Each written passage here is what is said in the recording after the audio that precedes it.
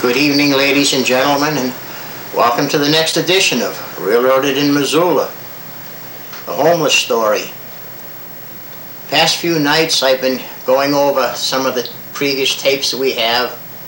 Most of them you've seen. There's a few shots you haven't seen, but one that was aired this past year concerned this time last year, Christmas time. Somehow, somewhere, the story was going around that Railroaded Tales of the Homeless would be the reason for the Poverello being closed.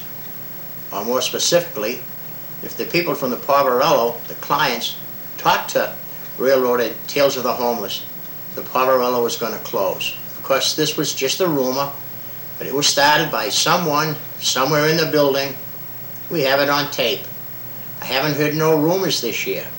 This is great, but I don't think that this is an improvement. But this is a topic for next week's program in the weeks after. One of the previous programs showed Gus going over the Articles of Incorporation, and I think at this time it might be a good idea to go over them again. It's sort of like when you rent the house, you sign a lease. You keep reading it to, see what you can do, what you can't do, all this sort of stuff.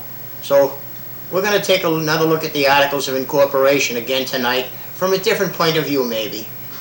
One of these sentences in the Articles of Incorporation: it is the philosophy of the Poverello Center that its services be rendered in as personal way as possible, that respect for the individual human person and his or her dignity be of primary concern.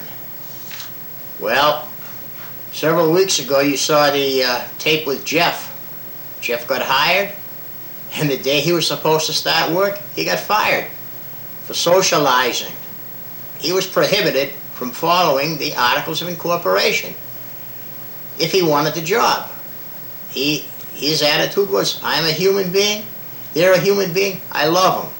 It cost him a job, and he never even had one paid day on the job. He had 3 unpaid days, but he never got a paid day on the job, and he got fired. Another sentence reads, every person should be met with concern, a presumption of trustworthiness, and a respectful attitude by the staff. Well, we know how one person was met, a Native American, Mary. She was called a bleeping Indian. Staff members no longer there, which is something to be grateful for. And then it goes on, to provide a meal to all people that come to the center. All people who come seeking help will be helped. Not true, not being practiced. You've heard the stories. We're going to review some of these stories in the future. To provide clothing to those that need it. Only used clothing is provided in most cases. There are some people that do get the new clothing, but it's not put out for the general public. We've discussed that. Kid Hurst standing up in the clothing room, used clothing coming up the back stairs, put that out for the people. New clothing coming up the front stairs, lock that up in the mouse room.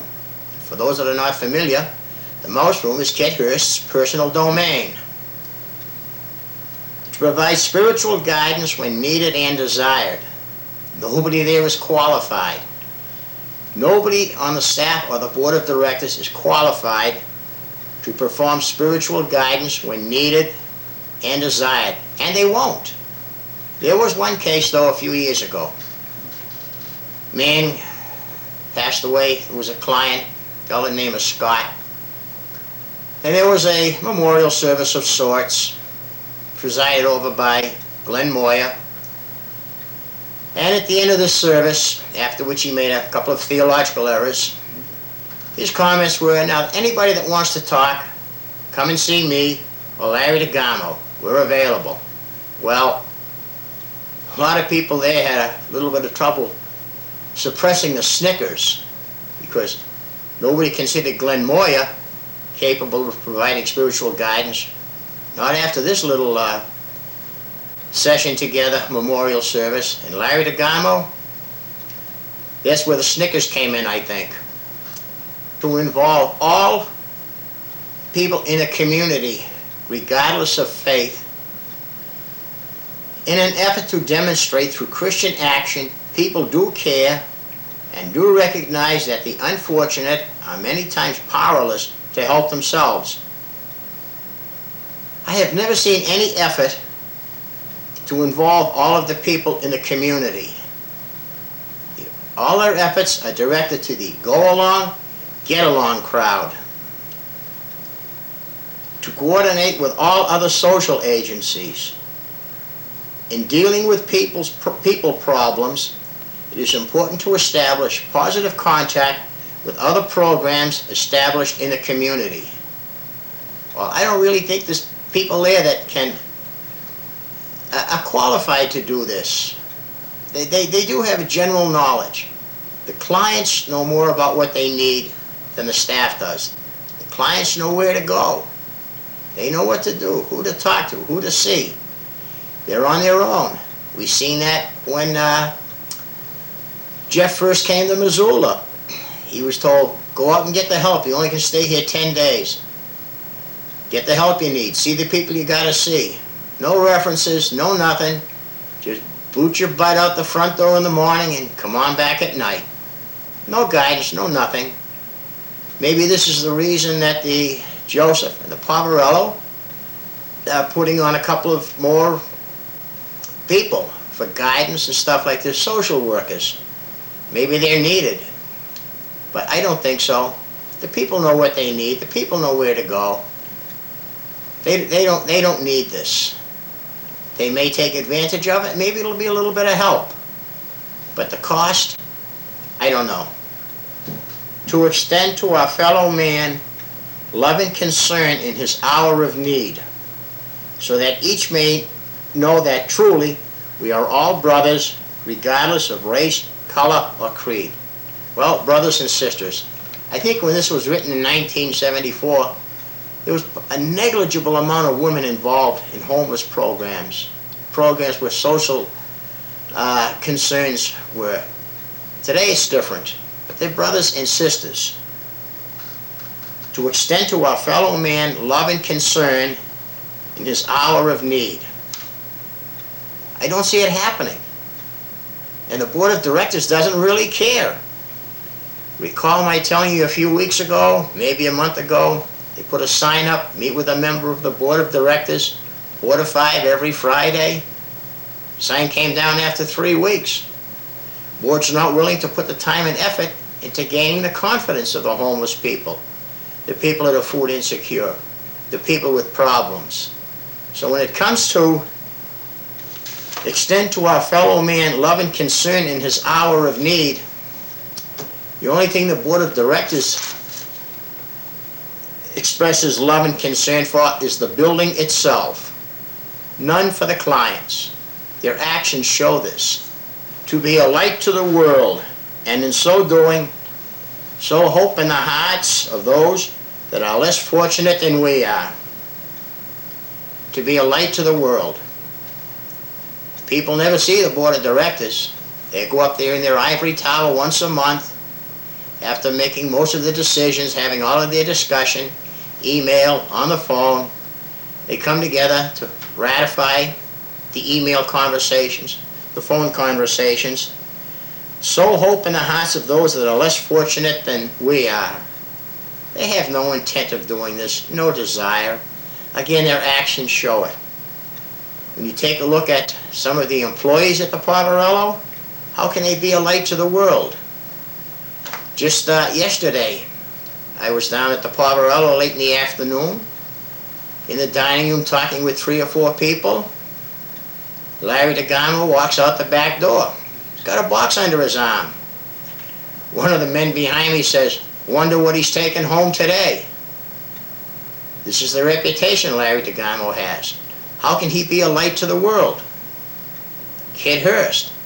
All those horror stories about food stamps.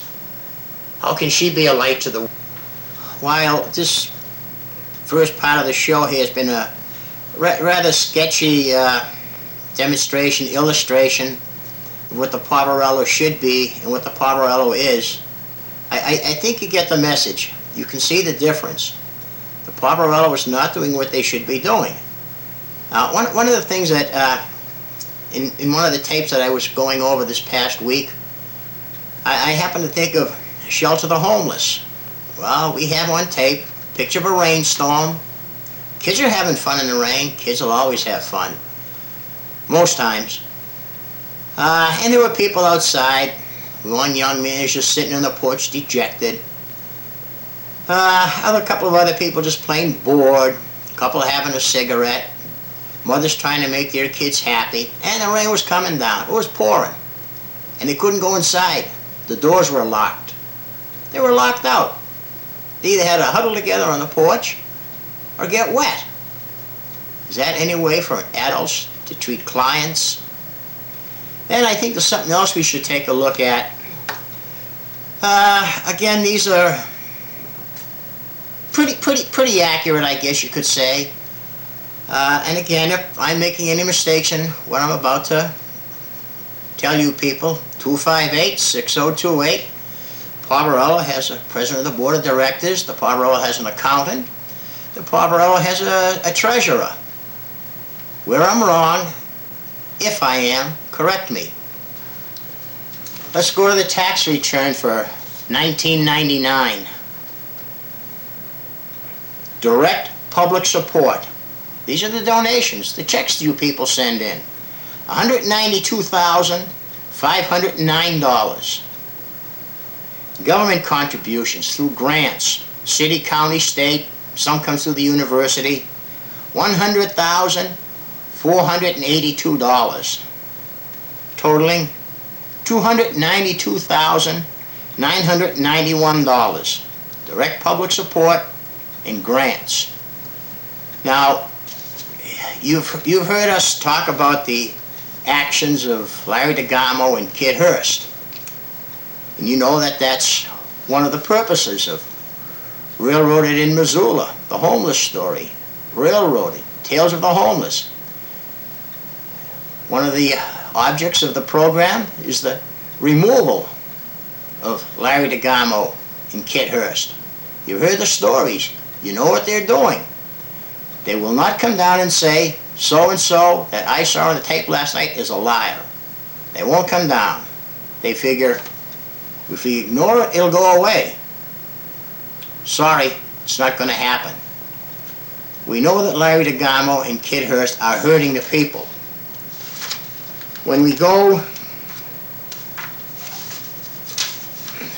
to the list of officers and directors, we find out that Larry DeGamo makes $27,000. That's what he made in 1999.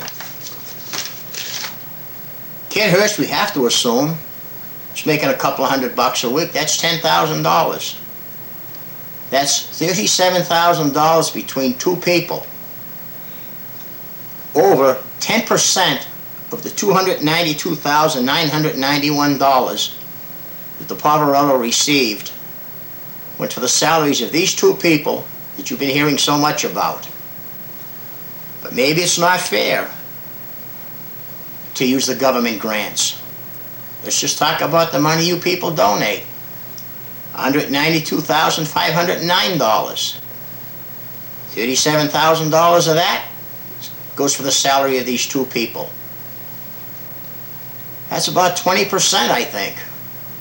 I can't figure it out off the top of my head, but probably about 20% of your donations go for the salaries of these two people. If that's the way you want to look at it. There's two different ways. Look at it any way you want. That's a big chunk of change for two people who are abusing the clients. Now you add in that other fellow that's not there any longer, Boo, there's another $10,000, $12,000. A great chunk of change goes for paying the salaries of people who abuse clients. That's a lot of money. The total salaries and wages of the Barbarella for 1999, $205,870. The donations did not pay the salaries. Some of it came from government grants. Well, there was a few other sources of income. which only totaled about $7,000, $8,000, something like that. But this is where your money's going. Now your money's doing some good things too. But whether it's government grants, donations, memorials, it's all your money.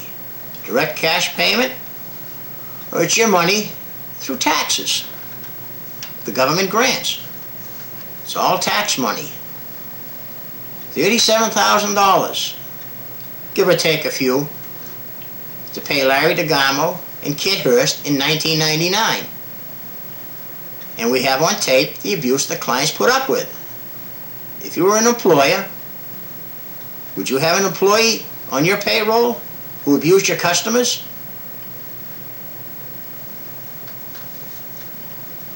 Now let's take a look at what you can actually do directly to help the homeless people, to help the people that are food insecure, payroll insecure. They're insecure one way or another. They're our brothers and sisters.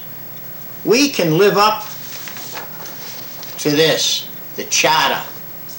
Feed the hungry, clothe the naked, shelter the homeless. Feed the hungry. We don't need the Poverello for that. They help. They do the bulk of the work. But you can do something individually. You heard me mention it last week. Gift certificates. Fold them, put them in a card, put them in an envelope. When you see one of the people that aren't as fortunate as we are, just give it to them and be on your way. It's that simple. They're $5 a piece. Somebody will get a meal out of them. There's 2 fast food restaurants within a mile of the Poverello. It's selling on of these gift certificates. There's many other things you can do. Brown bag it, but not with a lunch. Socks. Throw away razors. Little small can of shaving cream. Maybe a couple of packages of gum. And don't be bashful, throw in a pack of cigarettes. You're not going to hurt yourself, and I don't think you're going to hurt the homeless people, bad as smoking is. This is part of their lifestyle. You can't expect them to change just for you. You can't really deny them their lifestyle either. Or just grab a bag and put some crackers in it. Some box of cookies. Something like that. When you hit the off-ramp, the bottom of the ramp, see one of the men or woman there. They're hungry. They're spending a long time standing there. They could use a snack. Box of cookies. But do them a favor. Put a buck in with it too. So when they leave, they can stop off at the local fast food store, local gas station, and have a cup of coffee. It helps in this weather. They're cold out there. They're cold. Throw them a buck for a cup of coffee. They're not going to spend it on alcohol. They want that coffee. Many other things you can do. Use your imagination. Hats, scarves. They're not expensive, but you can do it yourself. You can make a direct contribution. You can have somebody get on that highway and say, I met a nice person in Missoula. Missoula's okay. You know Missoula's okay. I know Missoula's okay. But remember, we're only talking about 10% of the population. Other items you can throw in there is canned foods. We've all done it. Or most of us anyhow in the service. Eat sardines out of a can, eat tuna fish out of a can, eat Spam out of a can. Homeless people will do it. They're hungry. They will appreciate something like this. Christmas has its happy side.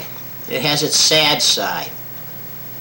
Christmas is happy when you're with your family and you're sharing. Most of these homeless people are not with their family. They're sad. Some of them have no family. I know it's not nice to be away from your family at Christmas time. Thanks to the Army, I spent a couple of Christmases away from my family. It gets lonely.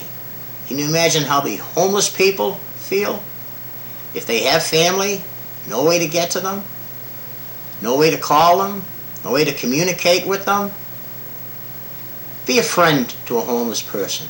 And oh yeah, don't forget, Those Christmas cards you got in the mail, get the stamps. Take them to the Poverello. It doesn't matter if they reach the recipients late. The clients of the pub will love you for it.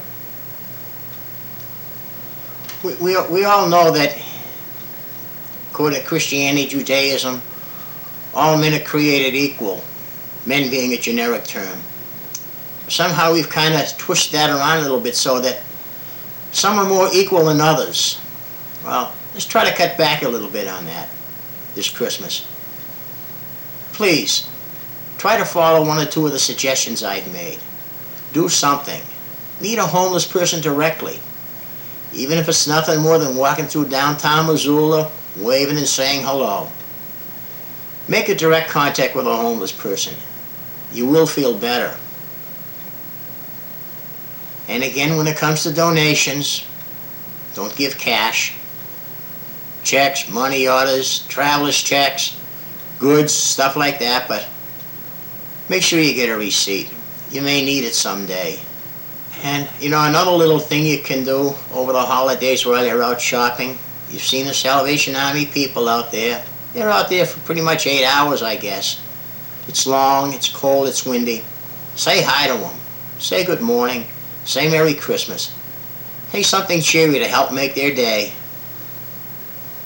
Well, this concludes another episode of Railroad into Missoula, Tales of the Homeless. We're here with you every Thursday night at 10 p.m. and every Saturday night at 10 p.m. Saturday's a repeat of Thursday's program. We'll be looking forward to talking to you again next week. And from Gus, Philomena, and myself, we wish everyone who enters 535 Ryman Street, everyone, Merry Christmas, Happy New Year, peace, joy, and we love you. Good night. God bless.